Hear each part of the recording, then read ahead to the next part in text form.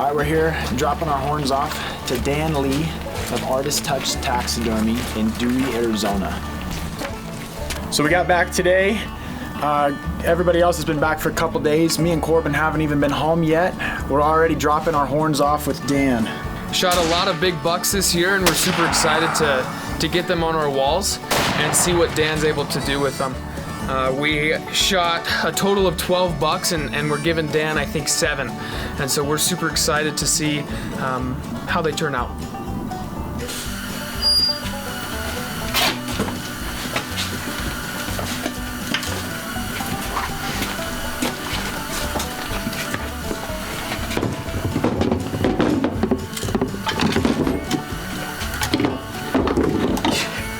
You're gonna need a bigger table, Dan. Oh, yeah. Bigger shot. Oh yeah. Hi, my name is Dan Lee, and I've studied under the best in the world. He was the curator at the Denver Natural History Museum, and we've learned how to do this from beginning to end, including making our own forms. And Tim and those guys are some of the best Coues deer hunters I know, and they recognize good work when we do it. So that's my story. So Dan's been kind enough to give us a little bit closer access to these deer throughout the process, start to finish. You know, everybody loves taking these animals and being able to harvest them, but nobody is super familiar with the process of what happens getting it mounted. And Dan's going to allow us to be able to come back and take some more content and pictures and show you guys his process of how he does it, being able to get him back on our wall.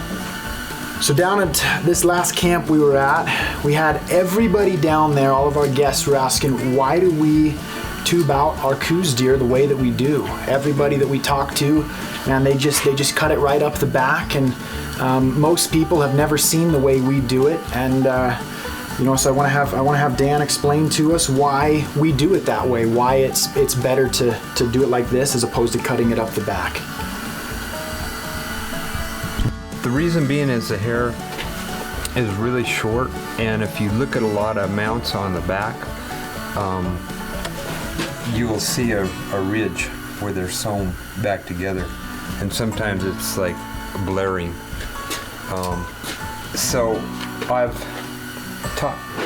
told Tim and showed him how to take these apart using just a small hole to take the head out, and I have him do a backwards 7 on them.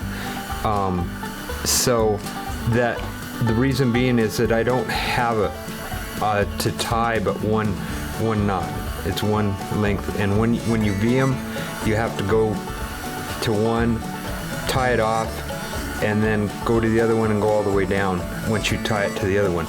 And that's just too much possibility for error, so I don't do that. It's just one sewed, one string. So this is our friend Barry's buck, and he's 74 years old. It's the first buck he's ever killed, and he came down to Mexico to do it, and he was able to take this super cool buck. He actually passed on another buck just a little bit smaller than this one, day 1, because he wanted this buck. He fell in love with this buck, and this is one he wanted to kill. So he's just had an amazing trip, super fun to have down there, and so we're entrusting you with his deer. He's super excited. He wanted to go with the best, and we told him that was you, so he's that's what he decided to do. We'll do it good, you know. It'll be look alive when it's done. All right, so here's a story on a couple of deer real quick. This buck right here, we call the mistake buck. And I'm not gonna give you the entire story on this buck, but I shot it by mistake many years ago, and I was not planning on mounting it.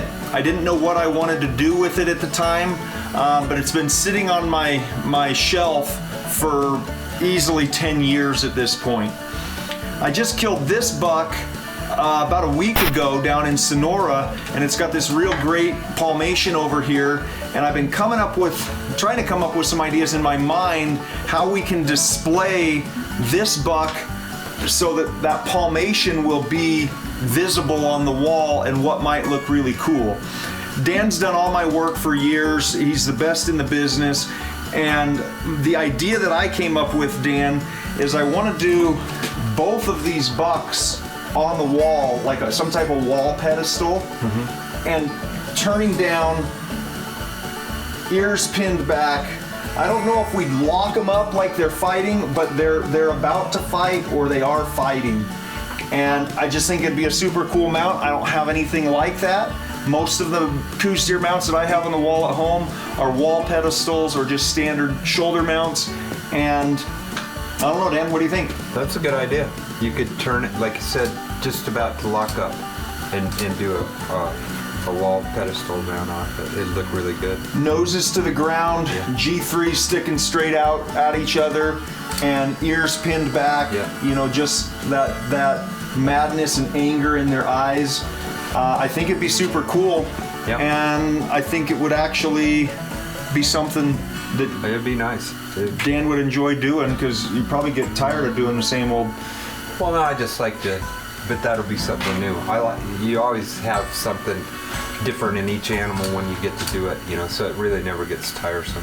They're really both about the same size of frame and everything. I just think if we hard turn them, if they're kind of a wall pedestal, hard turn towards each other, and I don't know if they're locked up or just about to lock up, but Yeah. I think it'd be a really cool look when it's all done. Yeah, it will. It will. I've done a locked up set, and that'd look good just close to locked. Yeah. You know, then you'll be able to see them entire of the rack instead of being tangled in each other. I think you lose too much. Yeah. When you lock them up too much, you just can't tell what's Yeah, there. you can't see.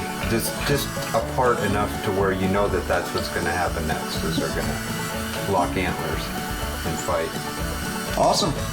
I can't wait to follow the progress and watch Dan put this one together. It'll be the little bit more challenging project for him, I'm sure. It'll be good. All right, so the other reason we're here at the taxidermist today with Dan Lee is this is the big buck that I killed last year. This is the biggest buck that I've ever killed. We're really excited to get the mount going on this. Dan has got the form done, and he's starting to model in some plaster on here to create the muscle tone and muscle structure of the deer. And here in a second, we're gonna actually mount these horns on there as well. So that's one of the reasons that we use Dan, is because he's so meticulous about building out and contouring and molding the different muscle structures and the anatomy of these deer. He pays a lot of attention to the detail, and he builds these out. If you guys didn't notice already, this form is custom made or handmade by Dan.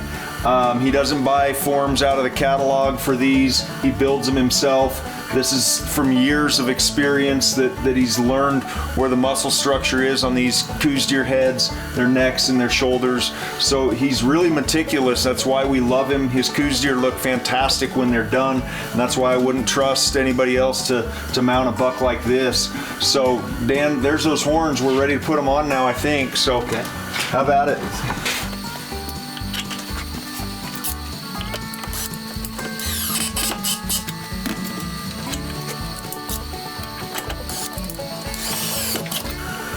Here we go. All right, so Dan, tell us what the next step is. We got the horns on now.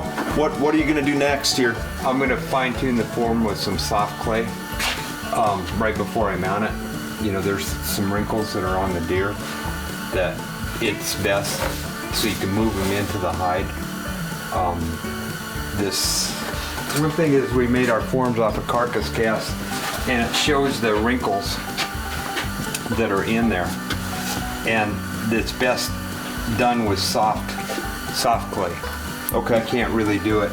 And so when you say you made your forms off of a carcass cast, I know what you're talking about, but you killed a deer, a Coues deer, and you skinned or caped out the face and the neck and the shoulders of this deer, and then you cast this off of a real deer body. Yeah. And the real deer muscle structure. So this isn't made in a shop and sanded and formed to look like a deer. These carcass casts came off of a real Coues deer that had been shot in the field, and then you made a cast off of Yeah, the then we muscle. remodel that because it's dead. Right. You have to put the life back into it, and then you've got your mold to work off of. That's pretty amazing. Yeah, it's real time consuming, so most taxidermists don't do that. But that's why yours turn out so much Yeah. better than most taxidermists. So cool. There we go. We'll check in again at the next stage in all of this, and we'll watch this big buck come back to life.